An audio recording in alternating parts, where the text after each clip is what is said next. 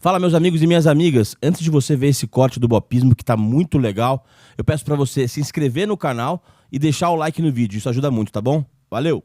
Mestre, eu queria fazer uma pergunta. Você escreveu, de novo, Pedro Nascimento, grande jornalista também, falou que você é o último cronista da TV brasileira e talvez a crônica recente sua que tenha mais me comovido, evidentemente, foi sobre o Antero, o Greco. Absolutamente brilhante o seu texto, muito comovente. Ver você e o Juca de novo dividindo o estúdio da ESPN com o Trajano, enfim, com toda a turma lá, o Jean e tudo mais, foi muito emocionante. E o seu depoimento sobre o Antero, né, perder uma coluna cervical, foi tão bonito e tão... Eu me emocionei assistindo, chorei vendo e tal. Eu queria saber, assim, que coisa sobre o Antero que ninguém nunca soube e só quem convivia com ele tão perto dá a dimensão de quem ele era. Não pode ser um gesto minúsculo, mas daqueles gestos minúsculos que se expandem, de tão enormes. Então, eu queria saber se você tem algum exemplo, alguma história que revela como ele era. Luca, eu vou falar assim nesses termos a respeito disso por causa dele, por causa do Antero, não por causa daquilo que eu escrevi sobre ele, que é aquilo que você acabou de comentar. Eu te agradeço pelo elogio, mas foi uma das coisas mais difíceis que eu já fiz. Escrever esse texto? Porque quando ele estava piorando muito, os meus chefes na ESPN me chamaram para dizer, a gente quer fazer uma homenagem para ele, vai ter um obituário, toda coisa formal, a história da vida dele e tudo mais, mas a gente quer uma homenagem que nos represente, que seja uma homenagem nossa a ele. Você topa fazer?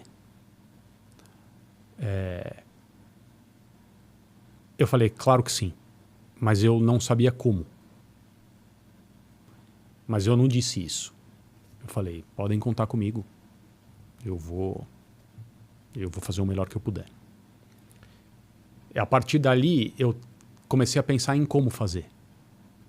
E eu já escrevi sobre a morte, infelizmente, de jogadores, do Maradona, do Sócrates, do Pelé.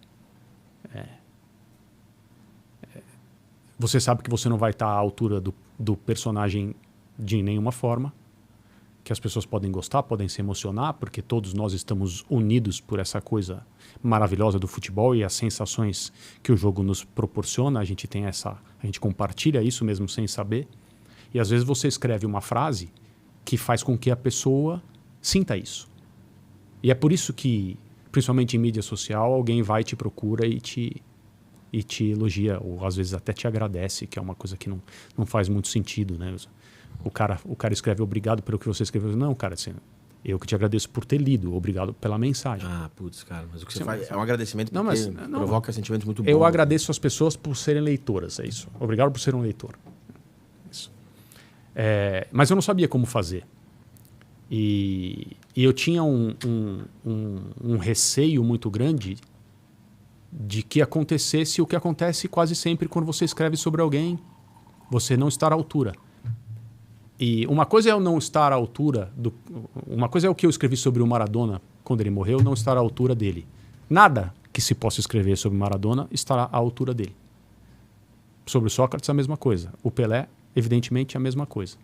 Mas eu não me sentia no direito de não estar à altura do Antero. Eu não me sentia no direito de não estar à altura das pessoas que me pediram para fazer isso, em nome delas, para o Antero. E eu me lembro que, num fim de semana, o último fim de semana de vida dele, eu tentei começar a escrever na sexta-feira de manhã. A conversa foi ali pela quarta-feira, quinta, quando já infelizmente ele estava muito mal. Na sexta-feira de manhã eu sentei para escrever, e eu sempre acreditei que nessa coisa de escrever por profissão, se você sentar e se determinar a fazer, você faz. E até então sempre foi assim. Com mais dificuldade ou com menos, demorando um pouco mais ou demorando menos. E eu não estou falando de escrever coisas boas, nada disso, não. Durante muito tempo eu fui colunista de jornal. Fui colunista do Lance por 10, 11 anos. Fui colunista de O Globo por 2 anos. Aí o meu contrato na ESPN é um contrato de exclusividade, eu tive que deixar de escrever para qualquer outro lugar. Então você tem deadline, cara. 8 da noite. Seu texto não chegou, o jornal vai estar numa situação muito difícil. E se você for teimoso, achando que você vai cumprir aquele prazo, mesmo que você não tenha escrito uma linha e faltem 15 minutos, você nem mesmo dá ao jornal uma chance de pedir para alguém escrever no seu lugar. Então você falha com as pessoas. É a pior sensação que existe. E eu, felizmente, nunca perdi um prazo, mesmo quando ficou difícil. Então eu sempre tive, senta, se concentra e faz. Eu acho que isso é um aspecto de ser pró nisso aí. E escrever não é fácil. Escrever todo dia é muito difícil. É um exercício. Às vezes é uma coisa que chega a ser sofrido. Porque também você tem os seus níveis de cobrança própria. Mas eu sentei sexta de manhã e não deu. Durante todo o sábado eu tentei. E estava combinado com as pessoas na ESPN que eram responsáveis por receber esse texto e transformar esse texto num material para televisão, que é o que você viu. Não sei se você viu ou leu, porque também foi publicado. Eu vi. Isso. Com a sua locução. Então existiam outras pessoas responsáveis por isso, cujo trabalho foi maravilhosamente bem feito, eu agradeço muito. Então tinha gente esperando até 4:30 da tarde. Era 1:30, 2 horas, nada. E você vai para um lado, vai para o outro e não fica satisfeito. Escreve um pouco, não é o Antero. Não saía. E assim, eu achei, não que eu não ia ser capaz de fazer, não, eu achei que eu ia ter que ligar e falar assim, não consegui, amanhã a gente volta a falar. E aí assim, aconteceu uma coisa,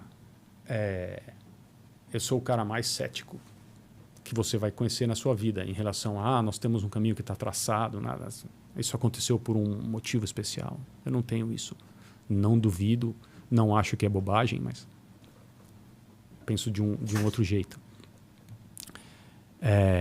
Eu comecei a pensar no lugar onde eu estava que o que eu falaria para ele, sobre ele, se ele estivesse do outro lado da mesa.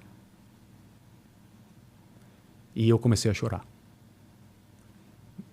Fiquei ali um tempo, levantei, lavei o rosto, sentei e em meia hora estava tudo resolvido. Então, para responder o que você perguntou, o que as pessoas que não conheceram o Antero não sabem dele? O começo do que eu escrevi, que quando ele te perguntava oi, tudo bem, ao te cumprimentar, ele não estava te saudando formalmente. Ele estava querendo saber se estava tudo bem com você. Quando ele te dizia alguma coisa de qualquer comentário a respeito de algo que tivesse a ver com o seu trabalho, não estava sendo gentil ou simpático. Ele estava dizendo para você que tinha gastado o tempo da vida dele investido em ler ou ver e ele queria que você soubesse daquilo. Ele era absolutamente genuíno e transparente e de uma gentileza, de uma cordialidade que são coisas cada vez mais raras, porque as pessoas pararam de pensar em como esse tipo de atitude com os outros é importante. E ele era assim. O cara que você via na televisão era uma parte disso.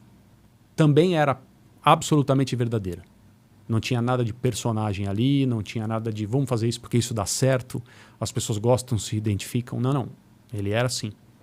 Mas se você parasse, se encontrasse o Antero no meio da rua para conversar com ele, mesmo que ele estivesse apressado e atrasado, e ele quase sempre estava apressado e atrasado, ele dedicaria um tempo a você. E naquele tempo, na hora que vocês se despedissem, você sentiria uma coisa que você não sente em relação a todo mundo, que é, enquanto a gente conversou ali por 2 minutos, ele estava ali, te olhando no olho, 100%. E assim, as pessoas falam, o legado e tal, ele como profissional gigantesco. Como repórter, tem uma história maravilhosa, linda. Como colunista, um estilo muito próprio, você sabia que era ele que estava escrevendo aquilo e tal. Então, assim, um valor profissional como jornalista tremendo. Mas, assim, a pessoa... Imbatível. Imbatível.